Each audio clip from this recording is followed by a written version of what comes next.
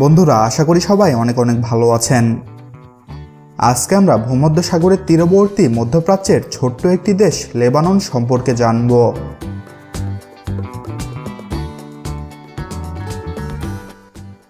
লেবাননের সরকারি নাম লেবানিজ রিপাবলিক।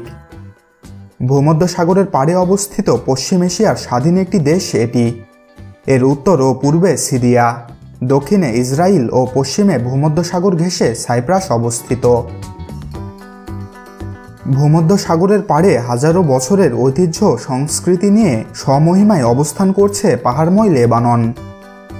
দেশটির নানা ঐতিহাসিক স্থাপত্য, চোখ জুড়ানো সব সমুদ্র সৈকত, পটে আঁকা ছবির মতো সুন্দর সব পাহাড় পর্বতের বৌদলতে মধ্যপ্রাচ্য তো বটেই, সারা পৃথিবীর মানুষের কাছেই দেশটি একটি লোভনীয় গন্তব্য। নানা সময়ে বিভিন্ন সভ্যতার সংস্পর্শে এসে লেবানন সমৃদ্ধ হয়েছে ইতিহাস, ভাষা ও সংস্কৃতিতে। ক্যানানাইট, ফিনিশীয়, আরব ও ফরাসি সভ্যতার সেসব নিদর্শন আজও দেখা যায় লেবাননের মাটিতে। এটি এমনই এক দেশ যেখানে সব রুচির মানুষ মুগ্ধ হওয়ার মতো কোনো না কোনো উপকরণ পাবেনি। তাহলে বন্ধুরা, চলুন লেবানন সম্পর্কে আরও কিছু জানা অজানা এবং প্রয়োজনীয় তথ্য জেনে নেওয়া যাক।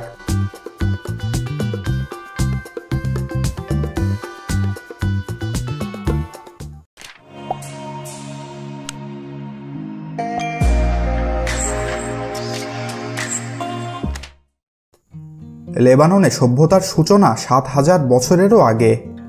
ফোয়েনিসীয়দের আদি আবাসভূমি এই দেশ। খ্রিস্টপূর্ব ৬৪-তে এখানে রোমান সাম্রাজ্যের শাসন শুরু হয়। দেশটিতে খ্রিস্টানরা নেতৃত্বস্থানীয় ভূমিকায় চলে আসে। এরপর এলাকাটি দখলে নেয় আরব মুসলমানরা। তারপর আসে দ্রুজ নামে নতুন একটি ধর্মীয় গোষ্ঠী। গোষ্ঠীটি লেবাননে তাদের শাসন কায়েম রাখে কয়েক শতাব্দী ধরে। এরপর আবারও রোমান ক্যাথলিকদের নিয়ন্ত্রণে আসে এলাকাটি। শেষ পর্যন্ত অঞ্চলটির নিয়ন্ত্রণ যায় ওসমানীয় সাম্রাজ্যের অধীনে। ১৫১৬ সাল থেকে ১৯১৮ সাল পর্যন্ত ওসমানীয় শাসকরাই ছিলেন লেবাননের অধিকর্তা। প্রথম বিশ্বযুদ্ধের পর তাদের পতন ঘটে। এরপর যে ৫টি প্রদেশ নিয়ে আজকের লেবানন গঠিত তা ফ্রান্সের নিয়ন্ত্রণে চলে যায়।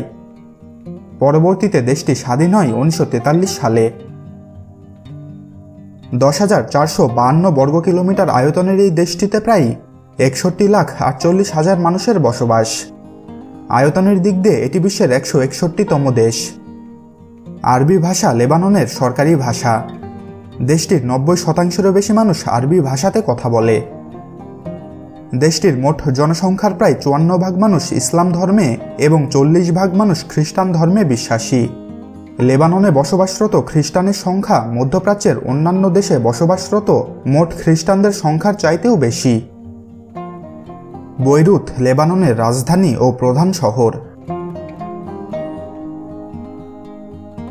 সাংস্কৃতিক, প্রশাসনিক ও অর্থনৈতিক দিক থেকেও দেশটির সবচেয়ে গুরুত্বপূর্ণ শহর এটি। এ শহরে প্রথম জনবসতি গড়ে উঠেছিল খ্রিস্টপূর্ব ৩০০০ সালে। লেবাননের বেসামরিক যুদ্ধের পর থেকে এটি একটি আধুনিক শহর ও পর্যটন আকর্ষণে পরিণত হয়েছে।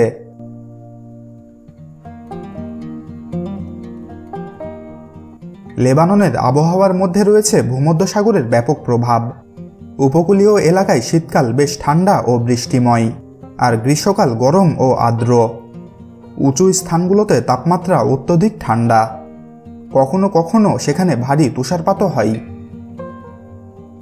আরব দেশ হলেও দেশটিতে রাজতন্ত্র কিংবা পরিবারতন্ত্র নেই। এখানে দেখা যায় ধর্মীয় সংস্কৃতির চমৎকার সমঝোতার অনুপম চর্চা। এমন উদাহরণ পৃথিবীতে আর কোথাও নেই, কারণ দেশটিতে সরকারের সর্বোচ্চ পদগুলো আনুপাতিক হারে ধর্মীয় গোষ্ঠীর নেতাদের জন্য নির্ধারিত। চুক্তি অনুযায়ী লেবাননের রাষ্ট্রপতি হবেন একজন খ্রিস্টান, প্রধানমন্ত্রী হবেন সুন্নি মুসলমান ও স্পিকার হবেন শিয়া মুসলমান। সংসদের আসনের অর্ধেক খ্রিস্টান ও অর্ধেক মুসলমানদের জন্য সংরক্ষিত। এখানে বেশিরভাগ রাজনৈতিক দল গোষ্ঠী বা গোত্রভিত্তিক। লেবানন পৃথিবীর মানচিত্রে এমন অবস্থানে আছে যে পশ্চিম এশিয়ার জন্য লেবাননকে ইউরোপের প্রবেশদ্বার, আর ইউরোপের জন্য একে পশ্চিম এশিয়ার প্রবেশদ্বার হিসেবে বিবেচনা করা হয়। লেবাননের বেশিরভাগ জায়গা জুড়েই রয়েছে পাহাড়। সামান্য উপকূলীয় অঞ্চল ও বেকা উপত্যকা ছাড়া পাহাড় এড়ানো যায়নি কোথাও। পাহাড়মুক্ত এই অংশটুকুই লেবাননের কৃষিকাজের জন্য অপরিহার্য বলে বিবেচিত। দেশটির প্রধান কৃষি পণ্যগুলোর মধ্যে রয়েছে আঙুর, টমেটো, আপেল, শাকসবজি, আলু, জলপাই, তামাক, ভেড়া, ছাগল ইত্যাদি। দেশটিতে রয়েছে বেশ কিছু দর্শনীয় ঐতিহাসিক স্থান। এখানকার দর্শনীয় স্থানগুলোর মধ্যে রয়েছে জিটা গ্রেটো, ন্যাশনাল মিউজিয়াম অফ বৈরুত, কাদিসা উপত্যকা এবং টায়ার। এদের মধ্যে জিটা গ্রোটো হচ্ছে রাজধানী বৈরুত থেকে 18 কিলোমিটার দূরে নাহর আল কালবের উপত্যকায় অবস্থিত একটি গুহা। আর টায়ার হচ্ছে একটি প্রাচীন ফিনিশীয় শহর। এর বাইরেও আরও অনেক অনিন্দ সুন্দর এবং ইতিহাস বিজড়িত দর্শনীয় স্থান রয়েছে এদেশে। লেবানন বেসরকারি রেডিও এবং টিভি অনুমোদন দেওয়া দেশের দিক থেকে গোটা আরব মহাদেশের মধ্যে প্রথম দেশ। 1959 সালে লেবাননের মানুষ প্রথম টিভির দেখা পায়। বর্তমানে সেখানে 9টি জাতীয় টিভি চ্যানেল আছে। দেশটিতে 18 থেকে 30 বছর বয়সের মধ্যে সবাইকে বাধ্যতামূলকভাবে সামরিক শিক্ষা গ্রহণ করতে হয়। মাউন্ট লেবানন, যা লেবাননের একটি পর্বতমালা, এর গড় উচ্চতা প্রায় 2500 মিটার। দেশটির নাম মূলত এই পর্বতশ্রেণী থেকেই এসেছে। এ দেশটির নাম বিশ্বের সবচেয়ে প্রাচীনতম দেশের নাম হিসেবে পরিচিত এবং প্রায় 4000 বছরেরও বেশি সময় ধরে এই নামটি অপরিবর্তিত রয়েছে। লেবাননে প্রতি 10 জন লোকের জন্য একজন করে ডাক্তার নিযুক্ত রয়েছে, যেখানে ইউরোপ ও আমেরিকার উন্নত দেশগুলোতেও প্রতি 100 জন লোকের জন্য একজন করে ডাক্তার নিযুক্ত রয়েছে। লেবাননে মোট 15টি নদী রয়েছে। এই নদীগুলোর পানি লেবাননের নিজস্ব পাহাড় থেকে প্রবাহিত হয়। আমাদের সবার প্রিয় কার্টুন টম অ্যান্ড জেরির নির্মাতারা মূলত লেবানিজ নাগরিক। লেবাননের প্রতিটা শহরে বাংলাদেশিরা ছড়িয়ে ছিটিয়ে আছে।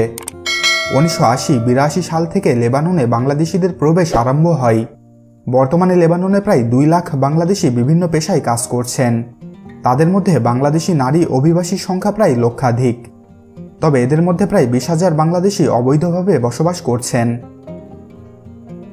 লেবাননের প্রধান খেলাগুলোর মধ্যে বাস্কেটবল, ফুটবল ও রাগবি বেশ জনপ্রিয়। সাহিত্যের আকাশে লেবাননের সবচেয়ে বড় তারকা ছিলেন খলিল জিব্রান। তার লিখিত দ্য প্রফেট বিশ্বের 20টি ভাষায় অনূদিত হয়েছে।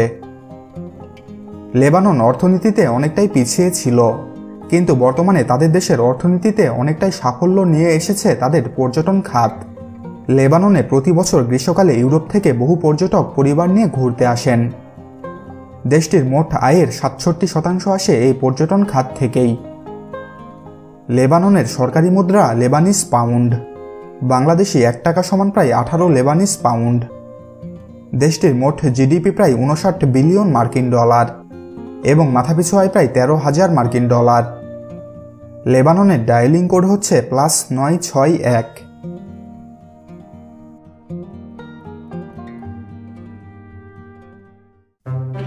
তাহলে বন্ধুরা, আজকের মতো এখানেই বিদায় নিচ্ছি। নিয়মিত চ্যানেলটির আপডেট পেতে চ্যানেলটি সাবস্ক্রাইব করে রাখুন। আর ভিডিওটি ভালো লেগে থাকলে ভিডিওটিতে একটি লাইক দেবেন, আর ভালো না লেগে থাকলে তো ডিসলাইক বাটন আছেই। ভিডিওটি বন্ধুদের সাথে শেয়ার করতেও কিন্তু ভুলবেন না। ভালো থাকবেন, ধন্যবাদ।